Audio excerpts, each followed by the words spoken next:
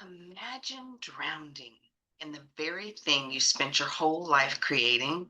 Can you imagine? I found these three bees completely submerged in honey, but what happened next is something I'll never forget. You see, my dad has bees. Since his retirement, he has been obsessed with his beekeeping. He has always had an affinity for the tiny flying honeymakers, and now he really has the time to devote to loving what he does. Today I went to his house and he showed me all the honey he had gotten from his hives. I thought he only had like two or three, but instead, oh my gosh, I couldn't believe looking down the rows and rows of white buzzing boxes that he had so many bees. He insisted that I don that uniform, that look of a real beekeeper, including the headgear called a bee veil. I chose to wear the veil over my tried and true sun hat with its broad brim to keep the mesh of the veil off my neck, which can be a bit scratchy. Our story is entitled A Bee Kind of Dream. Welcome to Dream Builders Diaries, building dreams one story at a time. I'm Jeannie Craft. Here at Dream Builders Diaries, we dive deep into the personal stories of entrepreneurs and artists and innovators and everyday visionaries, just like you. We believe that every dream starts with a story worth telling. And by sharing these stories, we aim to empower you to create your own dream and the story behind it. Before we get started, grab a piece of paper and a pencil if you don't already have one, because inspiration, ideas, and dreams come and go very quickly. Don't let yours get away. So, my dad told me these bees were a lost cause, collateral damage after they fell into his huge bucket of honey.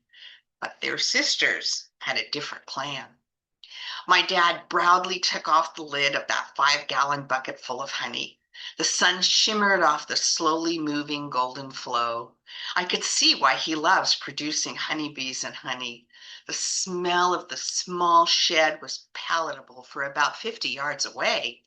Such sweet smells reminded me of my childhood when we had moved to this piece of land close enough for me to walk to the school bus, but far enough away for the buzz of the city, from the buzz of the city for Dad to have a few beehives. I noticed on top of the honey there were three tiny little bees struggling, just struggling. They looked like they were covered in sticky honey and drowning. Dad, I said, is that normal? Could we help them? No, he said in almost a whisper. I am sure they won't survive. Casualties of honey collection, I suppose. As I watched them, one rolled over, getting even more honey on its tiny wings. I was mesmerized. I asked him, can't we do anything? Maybe if we could at least just get him out and kill them quickly. My voice drifted off. What was I saying? Then I remembered he was the one who taught me to put suffering animals out of their misery. He finally conceded and silently scooped the bees out of the bucket.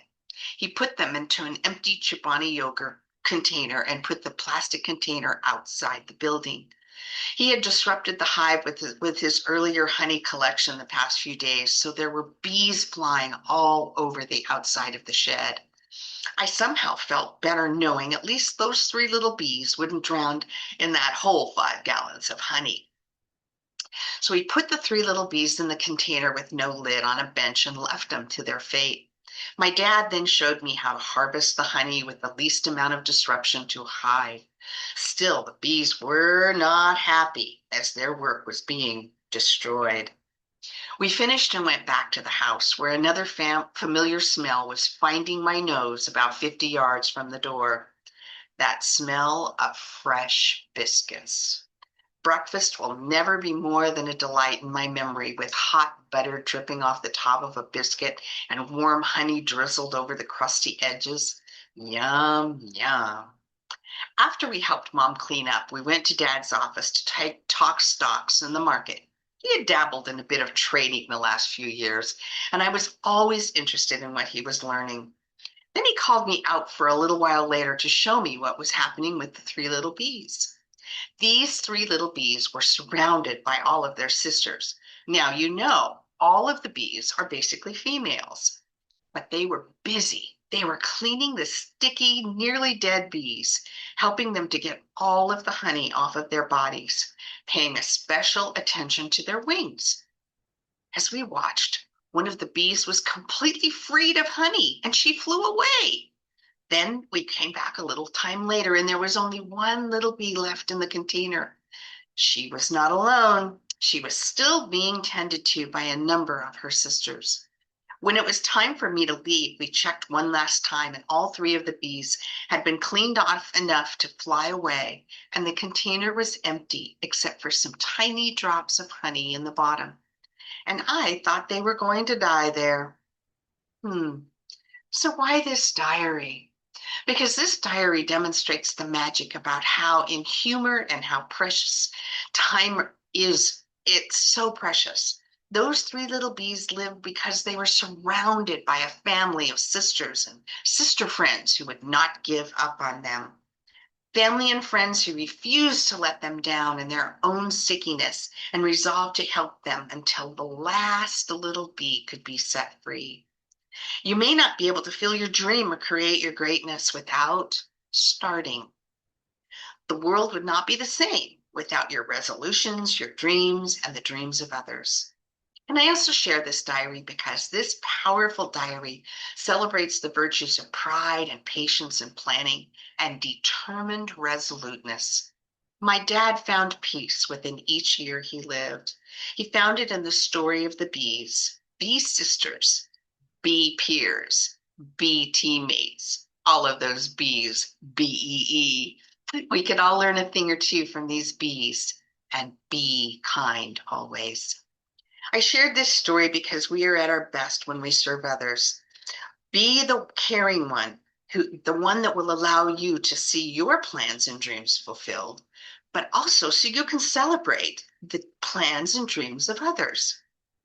Three bees submerged in honey almost until death, yet their sisters had a plan for them. The plan was not to panic or to hope that they came home safely. No, the bees' plan was for each to play a part in the survival of each other bee. Wow. Could a great plan be part of your dream? What is your biggest takeaway from our story today? As a recap, how does this story relate to your beliefs and what you can accomplish for the new year ahead? What about your dream? Dreamers, believe in yourself. Be passionate, work smart, and know your why. Apply what you learn each day. And as you ponder the source of your dream in this diary, I wish you well. I wish you an abundance of resources and knowledge and wisdom with your time and your future success with your dream. Enjoy life and always, always be kind. I want to leave you with this quotation. Life is 10% what happens and 90% of how I react to it. That's by Charles Swindoll. I'll share it again. Life is 10% what happens and 90% how to react to it. Charles Swindoll. Special thanks to the unknown person for sharing this story. I adapted it for the use of better understanding how beliefs impact our thoughts and our actions. Special thanks to those of you who listen to Dream Builders Diaries daily. I'm grateful to you. The honor to spend time with you is all mine. So if you don't have it yet, get your 90-Day Dream Builders Diary by Jeannie Craft on Amazon very soon. Like and share this diary and subscribe. Contact us to share your story too. Thank you. Until next time, building dreams one story at a time.